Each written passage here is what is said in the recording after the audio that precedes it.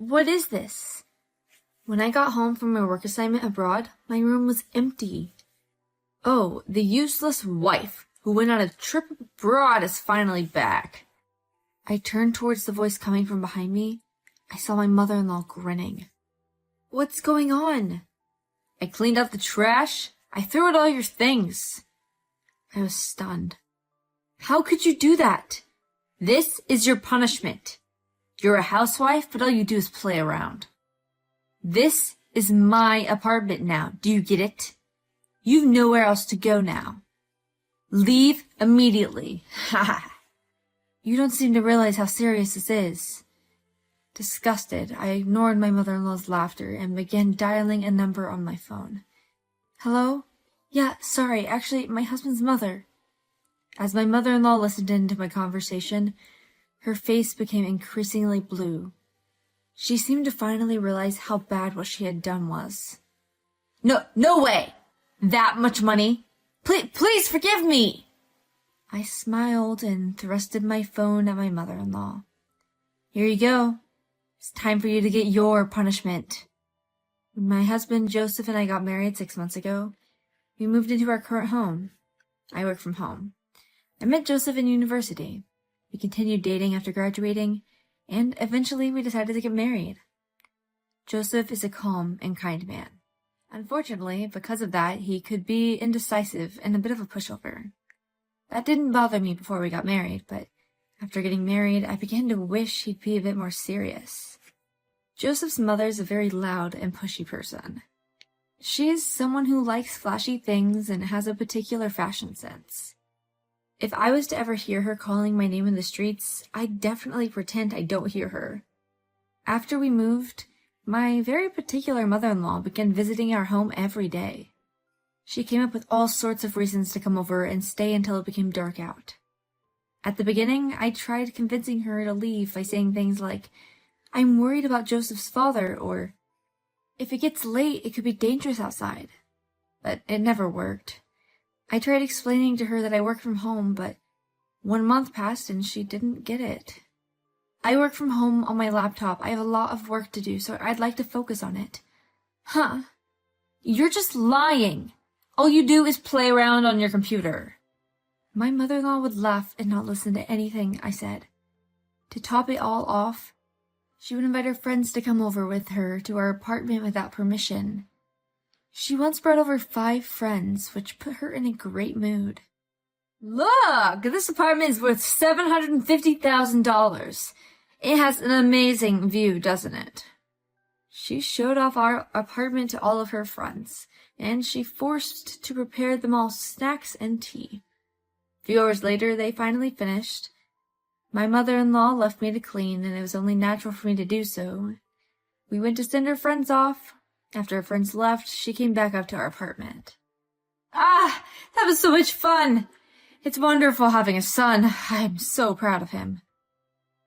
She jumped on the couch.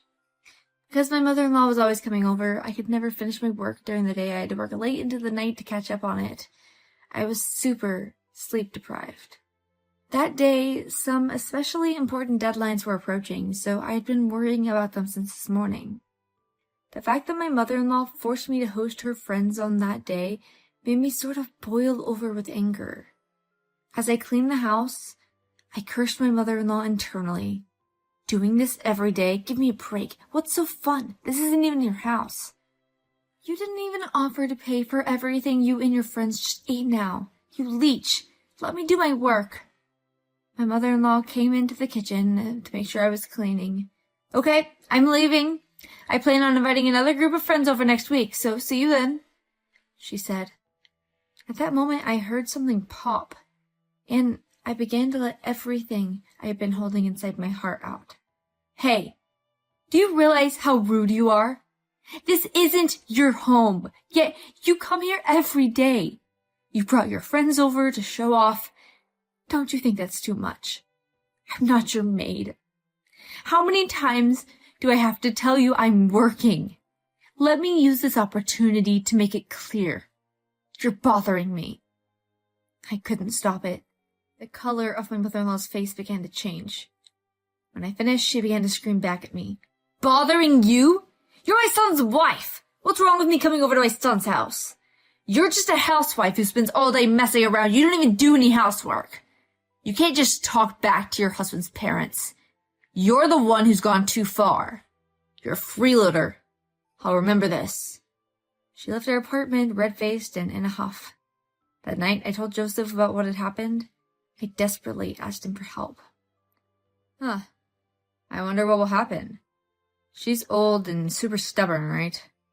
I don't want to be a bad son, so I think we should just listen to her. He was totally on his mother's side. This was the first time Joseph spoke so firmly about something, which surprised me. Usually, he was the type of person to vaguely answer or run away if I tried to ask him for advice. This was the first time a conversation of ours has ended like this. I thought he would understand me at least a little bit, so I was very disappointed. And that day, I stopped trusting in Joseph. In the middle of that weird atmosphere, I suddenly got called on for a 2-week-long business trip abroad. When I told Joseph, saying it's just work is an excuse, right? You're actually just going for fun, aren't you? He was suspicious of me. Joseph had never gone on a business trip before, so I assumed that's why he didn't understand. Honestly, I was pretty excited for this opportunity to work abroad, but I couldn't help but think about my mother-in-law. I felt uneasy about what she would do during the 2 weeks I was going to be away. My business trip finished without any problems, and I returned home to the States. I was still feeling uneasy, but I felt happy to be home and thought about how Joseph must have been lonely while I was away. I told Joseph I'd be coming back today, so he should be home. I rang from the first floor of the apartment building. There was no reply. I rang again, but the apartment entrance still didn't open. That's weird. With no other choice, I dragged my heavy luggage up to our apartment building by myself. When I got to our apartment, I tried unlocking the door, but there was a chain in place. He's here. Is he asleep? Through the crack of the door, I called for Joseph to wake him up. I rang the doorbell again. Finally, I heard the footstep sounds, but it wasn't Joseph. It was my mother-in-law, appeared with an annoyed look on her face.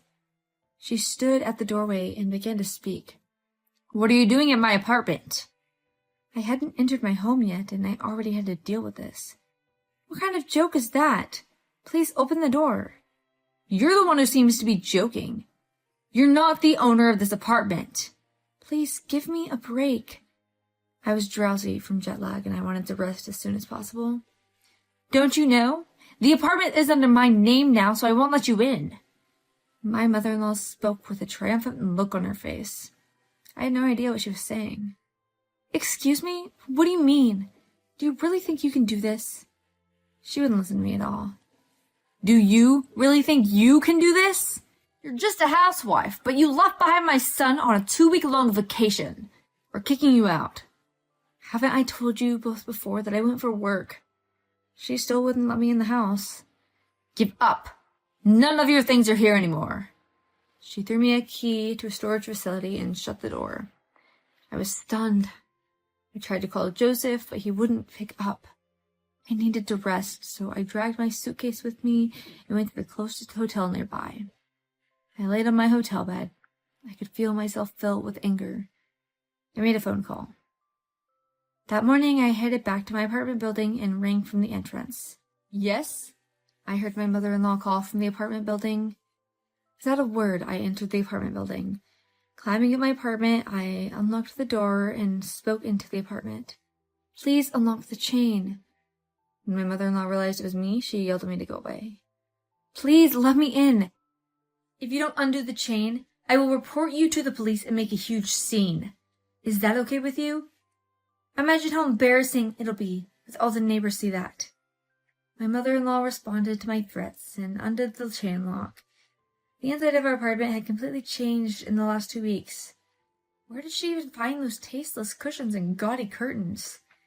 In the middle of the living room, there was a red carpet, bright enough to make your eyes hurt. I felt my head ache from the decor in the apartment. My mother-in-law was sulking on the couch. I asked her about the rights to the apartment. Did you really change the apartment into your name? I did. I'm sure someone like you would consider it a ridiculously long and difficult process, but I'm different than you. She had a proud look on her face. Really? It's not easy to do, is it? Where did you do it? Can you show me the documents? You should have a copy, right? I asked her because I knew there was no way she had anything. I didn't do it. My clever son did it for me. So this time she planned on bringing in Joseph. Really? Then let me ask Joseph about it. I walked towards the bedroom. Don't go around my house without permission. My mother-in-law screamed, but I didn't care. Joseph slept all day during the weekends, so I knew he'd be in the bedroom. I opened the bedroom door without knocking and slapped him across the face. I pulled Joseph and his mother to sit at the table. Joseph looked down guilty, while his mother was boiling with anger. I asked them about the rights to the apartment building again. I heard you gave the rights to your mother. How did you do that? Joseph's eyes filled with tears. My mom kept saying she wanted that apartment, he replied in a muffled voice. She wanted it, so you gave it. Isn't that a little strange? How did you do that? My mother-in-law chimed in. What's wrong with my son giving me an apartment as a present? All that matters is that he did the paperwork. She laughed, satisfied with herself. Joseph gave a cold glare and began calling someone on the speakerphone. What are you doing? My mother-in-law said in an annoyed voice. The call connected. I'm sitting with the two of them. I'll leave it to you. Joseph slumped his shoulders even more. Got it. Let me explain. I understand you're occupying my property. If you intend to stay in the house, you'll have to pay $8,000 monthly in rent. You have three choices. You can pay the $8,000 in rent, leave the apartment, or if you stay in the apartment without paying the rent, I will report you for forgery and breaking and entering. My mother-in-law's face went pale. The real owner of this apartment was actually my sister. Right as Joseph and I got married, my sister sent to work abroad, so she left us to live in her apartment. Since we've been taking care of her apartment while she was away, she left us the apartment for free. Thanks, sis. I'll take it from here. Get it together. If anything comes up, call me. I laughed and hung up the phone. I turned to Joseph. What you did was illegal. Why don't you explain everything to us? At last, Joseph began to speak. My mother kept pushing me and telling me to give her the apartment. Annoyed, I just answered, yeah, but she misunderstood. She went far, so I couldn't go back. My mother-in-law was in a state of shock, and her whole body shook. Joseph continued to make up excuses. I feel bad, but I thought you'd forgive me if I apologized. I asked your sister if my mom could take care of the apartment. That would sort of everything out. My mother-in-law finally understood what was going on. No, I won't leave. No way, I refuse. She began to throw a temper tantrum as if she was a small child. I pulled out the final card up my sleeve. Does Joseph's father know about this? My mother-in-law froze. Her tears and temper were obviously just all an act. At that moment, the doorbell rang. Nice timing. It was my father-in-law. Last night, after calling my sister, I had actually also called my father-in-law. Turns out that my mother-in-law ran away from their home because her husband had said he wanted to divorce her. The reason she had huddled herself up in our apartment is because she wanted to escape his demands for a divorce. Being in their home was tough on her, so she spent as much time as possible in our apartment. Four of us sat down together and began to talk. I'm sick and tired of you. It's divorce. Didn't I tell you I didn't want to? This wasn't going anywhere. I decided to encourage my father-in-law. I pulled out my phone and showed my mother-in-law a photo. It was a photo I took around a month ago when I happened to go to the spa and see my mother-in-law with another man. She was far away from me, but I immediately recognized her from her horrible fashion sense. With this piece of evidence against her, she couldn't run away anymore. After accepting the divorce, she turned to Joseph. Joseph, I will take care of you, so I can stay with you, right? She tried to convince him. Joseph was so shocked to see the photo of his mother with another man that he didn't even notice she was talking to him. I was overwhelmed by how selfish she was. Joseph, doesn't have a job or a house. The reason he goes out every day is because he's job hunting. You really know nothing about your son, even though you're here all day." My mother-in-law trembled out of frustration and shock. "Also, you're jobless? Don't make fun of my son." Then let me surprise you with something else. I can't tell you the full details about my job, but I'm a shadow writer. I make over $75,000 a year. You're assumed I'm spending all day and playing around, but I make a lot of money. Since I worked at a ghostwriter, my work was pretty confidential." "You hid this from me! No way, you must be lying!" My mother-in-law finally accepted the truth and realized she couldn't fight back anymore. After all of this, I had lost my trust in Joseph, so I told him I wanted a divorce. He and my mother-in-law moved out of the apartment, and they left Joseph begging to give him another chance, but I refused. Joseph had no choice but to agree to the divorce. So our marriage came to an end after only 6 months. We had no property to divide or anything. Joseph just had to leave. Around the same time, Joseph's parents also officialized their divorce. Getting divorced really invigorated my ex-father-in-law, and now every day is like a celebration for him. Joseph and his mother were both unemployed, so they couldn't rent a new apartment. They had to rely on some relatives that let them use a really run-down apartment they owned. I made sure to claim rent and utilities for my mother-in-law for the 2 weeks that she lived here in the apartment that I was away. Joseph's father also claimed monetary damages from her. In order to pay off everything, Joseph and his mother began desperately working part-time. My ex-mother-in-law, so I'm sure I'll no longer be able to recognize her from afar. Though I had caused my sister trouble, she laughed and joked and said that I better take care of myself in her apartment from now on.